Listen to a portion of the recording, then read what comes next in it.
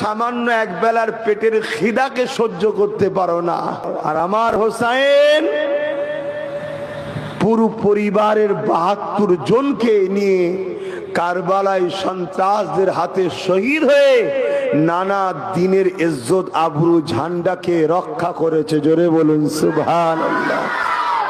বিশ্বকে শিক্ষা দিয়েছে, যখন আল্লাহ দিনের ব্যাপার আসবে, নানা দিনের ব্যাপার আসবে, তখন সামনে কত বড় জালিম, কত বড় ক্ষমতা, কি ঘটবে, পরিবারের কি হবে, এসব ভাবার বিষয় নয়।